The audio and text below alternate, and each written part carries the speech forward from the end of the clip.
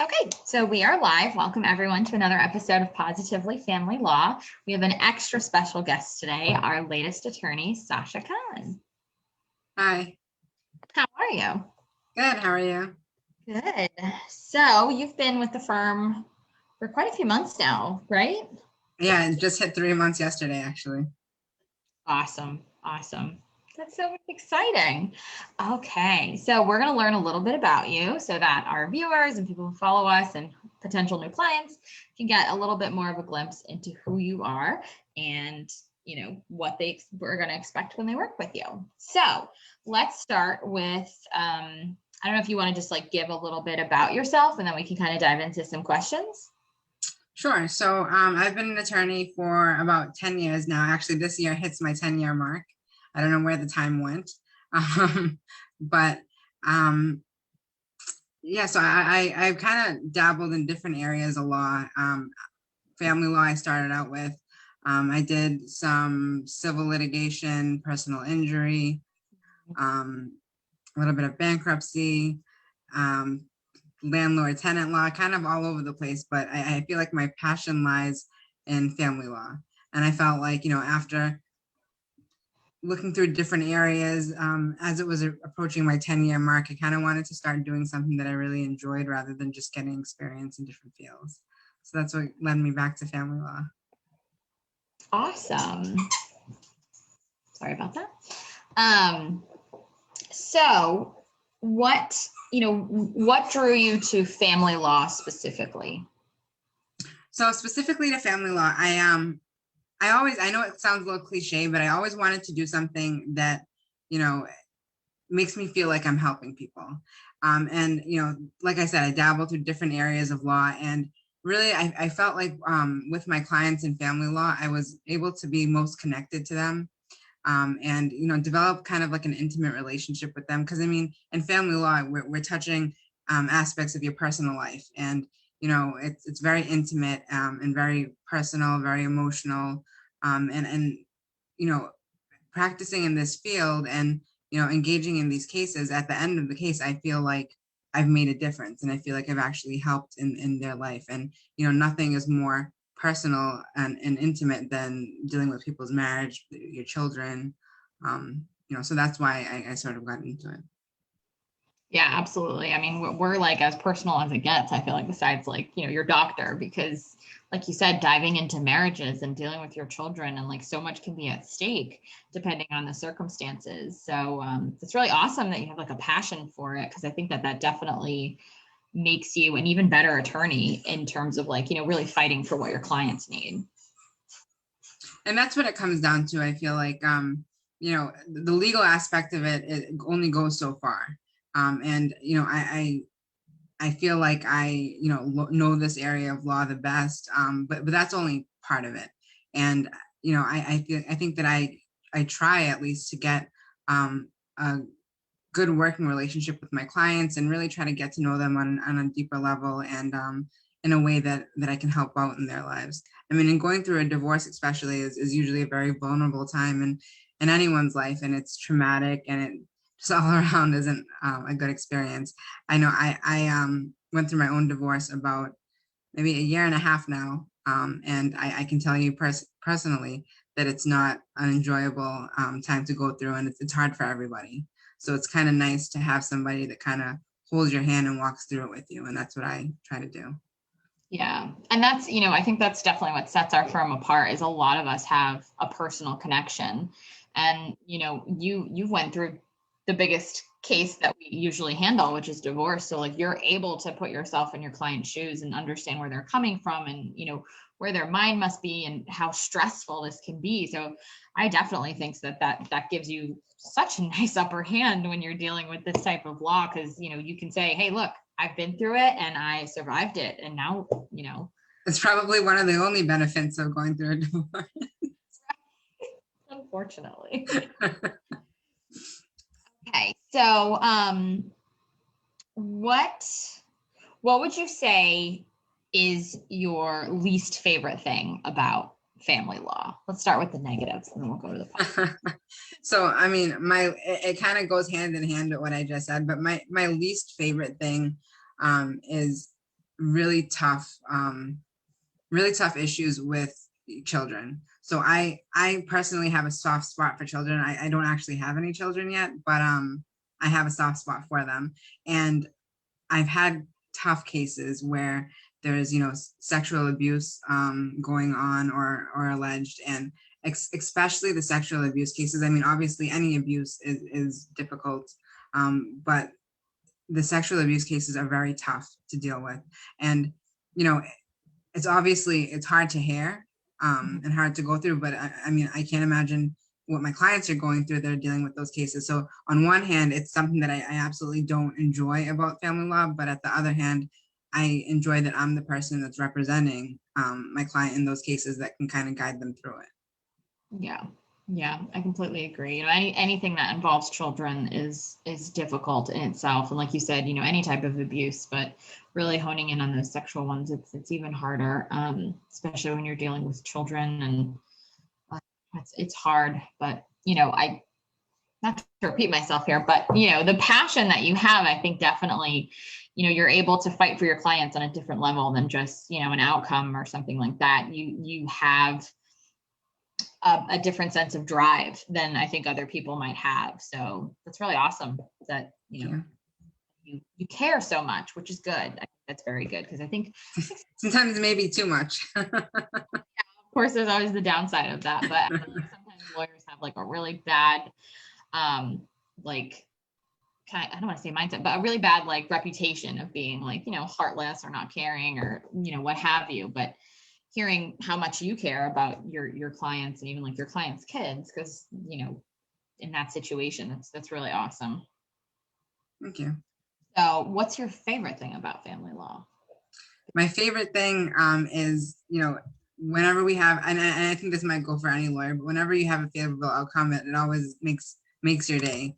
And I like walking away from cases feeling that I've made a difference, feeling that I've gotten a successful outcome, which, in family law, it isn't always a slam dunk. There's usually, whenever a case is finished, it's usually give and take on both sides.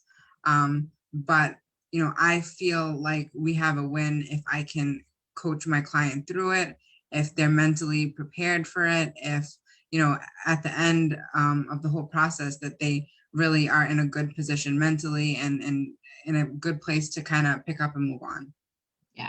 Yeah, I think that's definitely so important, because, we get a lot of questions of like, well, what's your win probability and stuff like that. And it's so circumstantial depending on the case. And, ultimately it's getting that good outcome for our client, whether it might not be exactly what they want, but it might be the best outcome for their situation. And like you said, giving them those tools and kind of closure in a way to start the next chapter in their life and move on with, whatever they have to do. It's good. And I mean, I think with my approach in dealing with cases, and other people may have this approach too, but I don't like to be a yes man for my clients. And it looks like some people, that might be what they're looking for. They have a specific goal in mind. That's what they want. That's what they want to see happen. But sometimes going in with that mindset is actually detrimental to their case.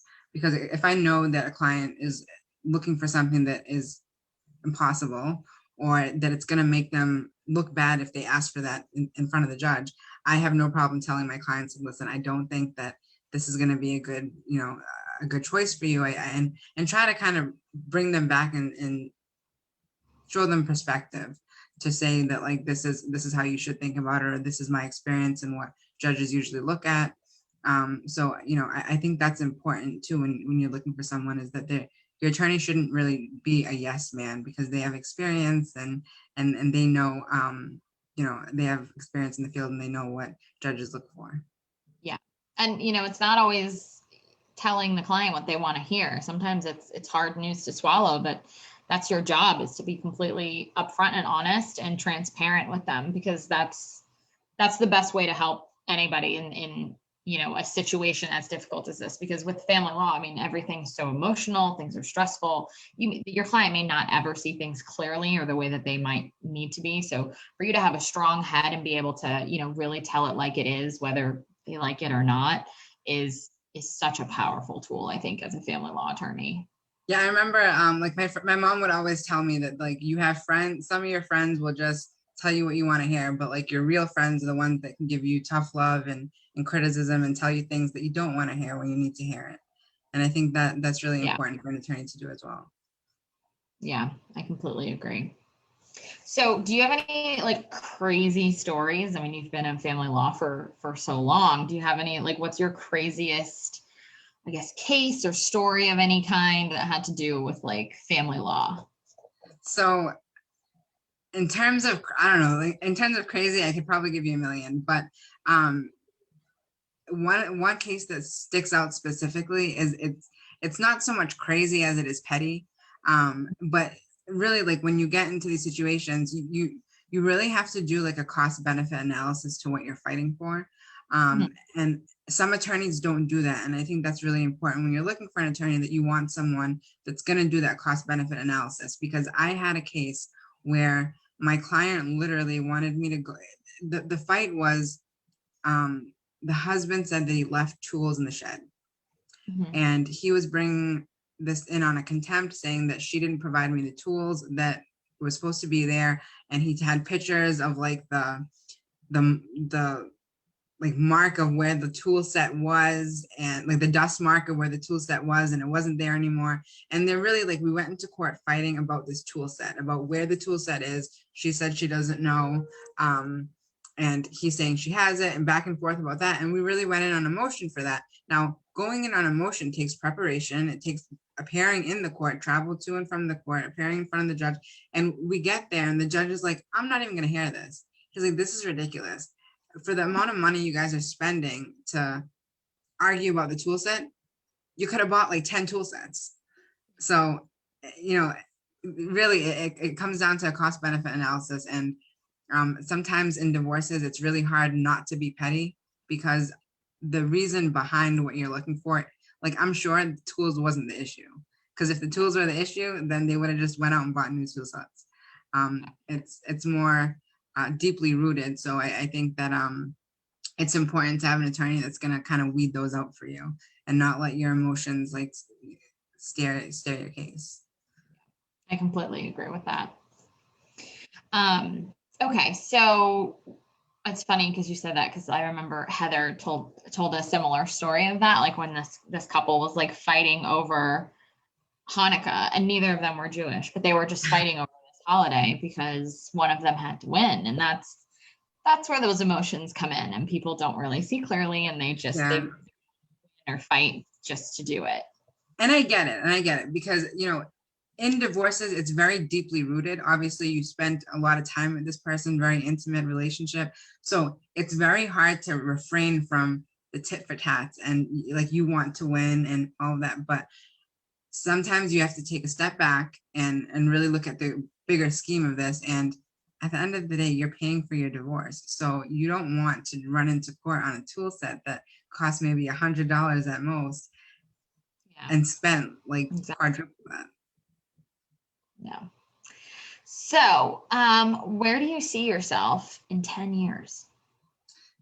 This is always, I don't know, whenever anyone asks me questions about like the future, what I see myself doing, it's always a tough thing to answer. I will say that 10 years does go fast. As I mentioned earlier, this is my 10 years coming. Well, this year is my 10th year in practice, and I honestly don't know where the time went. So I can imagine that the next 10 years will also fly by. But you know, in terms of where I see my life in 10 years, I'm hoping to have children soon. And I feel like my experience in family law also gives me a lot of insight into, you know, how I would want to raise my family. You hear, especially with children, you hear like situations with different parenting plans or different approaches in parenting. And although I'm seeing it at a different angle, it also gives you insight about what you would do and what you would want to do as a parent. And sometimes you come up against situations that you wouldn't even think would occur. And then, you know, I'm getting the benefit of seeing how the breakdown occurs so that I can kind of prevent that in the future. Yeah, I was going to say, we definitely learn what not to do in like marriages and situations in this job, but it's all good. It also makes it, I mean, I know that a lot of us at the firm are married. I mean, I'm not married anymore, but it gives you, it's hard to be married seeing all what can go wrong. It's very, it's very eye-opening. Yeah, it is. It's never boring, that's for sure. And our jobs are never boring, which is good, which is very good. Okay, so what's one interesting fact, just to wrap up this, what's one interesting fact about you that people should know? Unrelated to law, I have a passion for cooking, and I actually considered, like, so when I graduated school, like I took kind of like a year in limbo and like didn't know what I wanted to do, didn't know what area I wanted to focus on, and I actually almost opened up a bakery, because I love baking cakes. Actually, I don't so much like baking the cakes as I like decorating them. Yeah. And and that's kind of what led me to not do it, is because I don't really care for the baking part of it. But yeah, I did like different like theme cakes. Like I know for my brother, I did like a drum set, and it was like a big cake, and it stood up and it was like a drum set. It was pretty cool.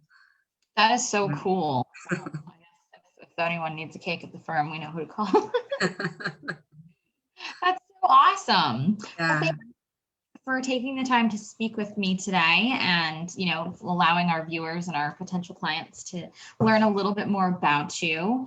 And you handle kind of everything in family law, right? So if anybody has any questions or is looking to work with you, you kind of handle the full scope.